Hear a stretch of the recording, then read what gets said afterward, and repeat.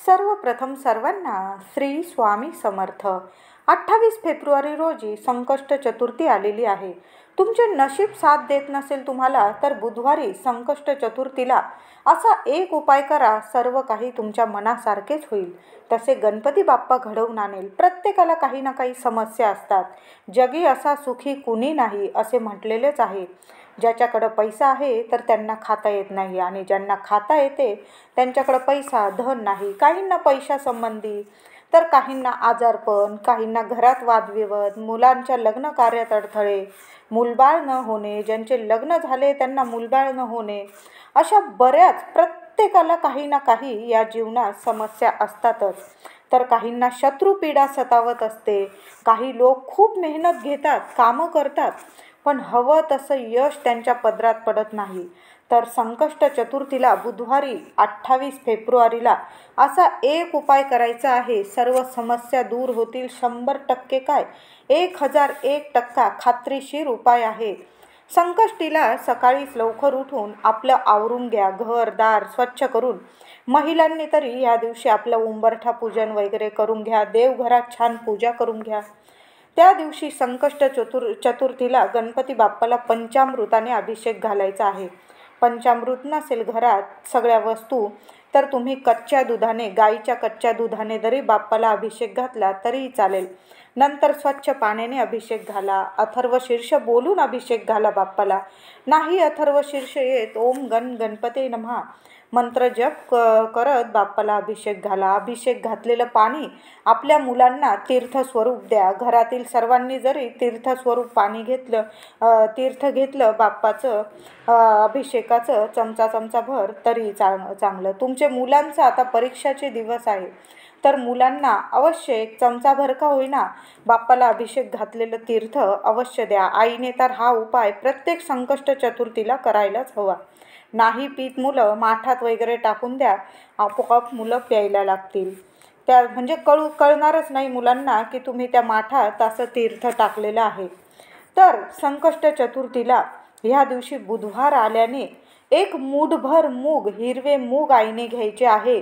मुलांच्या प्रगतीसाठी बाप्पाला प्रार्थना करून अर्पण करायचे आहे.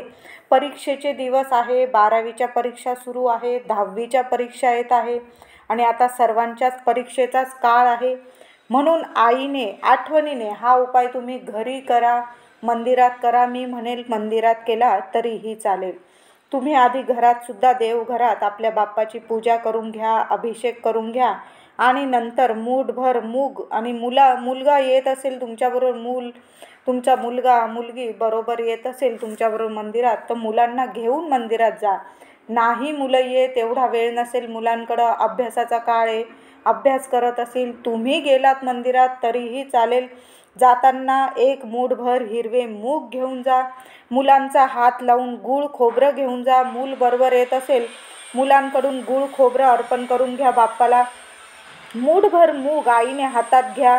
आपल्या मुलांच्या प्रगतीसाठी बाप्पाला मनापासून प्रार्थना करा, आणि बाप्पाच्या चरणी ते हिरवे मूग, बुधवार आलेला आहे संकष्ट चतुर्थीला, मूठभर हिरवे मूग आईने बाप्पाला अर्पण करायचेच आहे. त्याचबरोबर बाप्पाला 21 दुर्वांची जुडी अर्पण करा. दुर्वांची जुडी अर्पण करताना तशीच अर्पण करू नका. त्याला हळदी कुंकू वाहा, हातात जुडी घ्या, मनाची इच्छा बोलून घ्या. तसं तर बोलायची गरज नसते, पण तरी आपल्या मनातील इच्छा बोलून बाप्पाच्या चरणी 21 दुर्वांची जुडी अर्पण करा. एक लाल जास्वंद बाप्पाला अवश्य व्हा. ह्या दिवशी सूर्यनारायणाला सुद्धा जल अर्पण करा. त्यात थोडे गुलाबाचे किंवा लाल फुलांच्या पाकळ्या टाका. मुलांचा परीक्षेचा काळ आहे. सूर्यनारायणाला सुद्धा अर्घ्य द्या, आणि मग गणपती बाप्पाची पूजा केली तुम्ही तरीही चालेल. सूर्याला जल चढवा आणि मग नंतर बाप्पाला मूठभर हिरवे मूग अर्पण करा. त्याचबरोबर ह्या दिवशी मूठभर चणा डाळ आणि थोडासा गुळाचा खडा. या दिवशी प्रत्येक आईने मुलांच्या लग्नाकार्यात जर अडथळे येत असतील तुमच्या तर बुधवारी संकष्ट चतुर्थीला मूठभर चणा डाळ घ्या, त्यावर थोडासा गुळाचा खडा ठेवा. गाईला आपल्या हाताने खाऊ घाला. ज्यांच्या लग्नाकार्यात अडथळे येतात त्या मुलींनी जरी हा उपाय केला, मुली जवळ नसतील राहत, ऑफिसला जात असतील, दुसऱ्या गावी राहत असेल, आईने उपाय केला तरीही चालेल. आईला काही कामानिमित्त नाही करता आला, वडिलांनी उपाय केला तरीही चालेल. मूठभर चणा डाळ आणि गूळ आई आपल्या हाताने खाऊ घाला. मनातील इच्छा बोला. गाईच्या पोटाला हात लावून प्रार्थना करा. तुम्हाला जमले तर चपातीवर तूप गूळ लावून अशी चपाती जरी गाईला खाऊ घातली तुम्ही तरीही चालेल. खूपच चांगले तुम्हाला परिणाम दिसून येतील. संकष्टीला करण्याचा हा उपाय. देवांची पूजा झाल्यानंतर आता एक उपाय आपल्याला करायचा आहे. ज्या सगळ्या समस्या तुमच्या दूर होणार आहे. तर तुम्हाला काय करायचं आहे, संकष्टीला बाप्पाची पूजा करून घ्या. सकाळीचाच उपाय करायचा आहे आपल्याला. फक्त 2 वेलची घ्यायची आहे तुम्हाला. हिरव्या 2 वेलची चांगल्या बघून घ्या, तुटलेल्या नको. दोन्ही वेलची हातात घेऊन मनातील इच्छा किंवा समस्या मनात विचार करून घ्या. तुम्हाला काय समस्या आहे ती वेलची बायकांनी स्वतःच्या पदराला किंवा ओढणीला बांधून घ्यायची आहे. दिवसभर अगदी रात्री 9:30 वाजेपर्यंत तरी ती वेलची नीट ओढणीत किंवा तुमच्या पदरात ठेवायची आहे बांधून. पुरुष मंडळी हा उपाय करत असतील त्यांनी त्यांचा हात रुमाल असेल त्यात नीट बांधून घ्या आणि स्वतःजवळ खिशात वगैरे ठेवून घ्यायचा आहे. दिवसभर कामातही तसेच ठेवायची आपल्याला. त्या 2 वेलची स्वतःच्या सानिध्यात ठेवायच्या आहे, स्वतःच्या जवळ ठेवायच्या आहे. तुमच्या शरीराचा स्पर्श, मनाचा स्पर्श त्या वेलचींना झालेला पाहिजे. दिवसभर वेलची स्वतःजवळच असणार. आणि जेव्हापासून तुम्ही उपाय सुरू करत आहात, ओम गणपते नमः मंत्र जप सुरूच ठेवा. संध्याकाळी गणपती बाप्पासाठी मोदकांचा नैवेद्य दाखवा, आरती करा. घरात कापूर जाळायचा आहे या दिवशी. त्यावर धूप किंवा लोबान जाळा.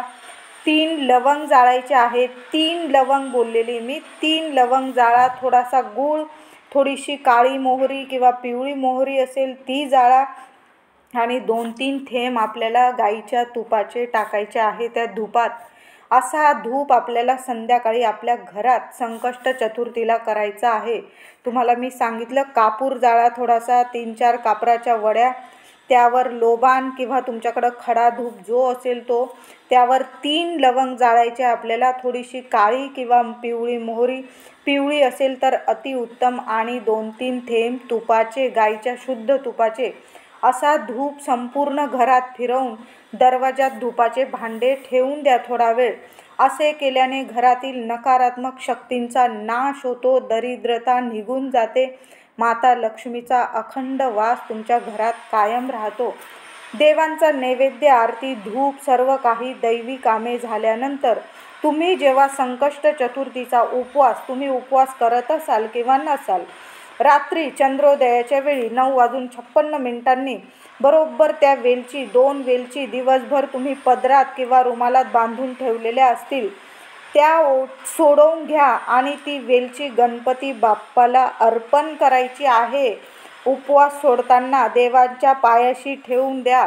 दिवसभर ती वेलची तुमच्या सानिध्यात असल्याने तुम्ही जे विचार करत होता तुमचा पूर्ण सहवास त्या वेलचीत आलेला आहे. ज्या क्षणी तुम्ही ती वेलची गणपती बाप्पाला अर्पण कराल त्या क्षणापासून तुमच्या समस्या दूर व्हायला सुरुवात होईल. लगेच तुम्हाला अनुभव जाणवेल, अनुभव लगेच येईल तुम्हाला. कोणतेही संकट, त्रास बाप्पा विघ्नहर्ता त्यावर मार्ग काढतील. पैशांसंबंधी, नोकरी, लग्नातील अडथळे, मूलबाळ होत नसेल, सर्व समस्या तुमच्या हळूहळू दूर व्हायला लागतील.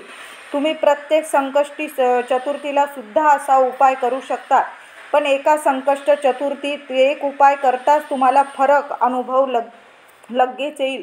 हा उपाय केल्यानंतर त्या 2 वेलची निर्माल्यात टाकून द्या. त्या 2 वेलची तुम्हाला खायच्या नाही आहे. तुम्ही हा उपाय मंदिरात जाऊन केला तरीही चालेल, घरी केला तरीही चालेल. तुमच्या मनातील सर्व इच्छा लगेच ताबडतोब पूर्ण होतील. व्हिडिओ आवडला असेल लाईक करा, शेअर करा. चॅनलला नक्की कृपया सबस्क्राईब करा. धन्यवाद.